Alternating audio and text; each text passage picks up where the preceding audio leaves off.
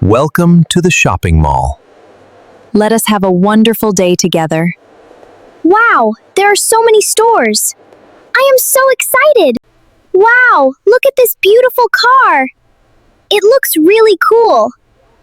It is a nice toy. Let us take a closer look. Mom, please buy this car for me. You really like it, don't you? Yes, I love it very much. It is a very nice toy. Sorry, Mary, not today. Maybe another day. But I really want this car. It is okay, Mary. Come on, Mary. Let us visit another store. Goodbye, little car. Maybe we will see more toys. There are many stores to visit. Let us keep walking together. This mall is so big. I still like that little car. Look, another red car. It looks just like the first one. Come on, Mary. We have more stores to visit. Let us look at these clothes. They look very nice. I will stay with you. I just want to look at the car. This car is so beautiful. I wish it were mine. I will help you in a moment. Thank you. I really want this toy. What should I do? Thank you for your purchase. Have a nice day.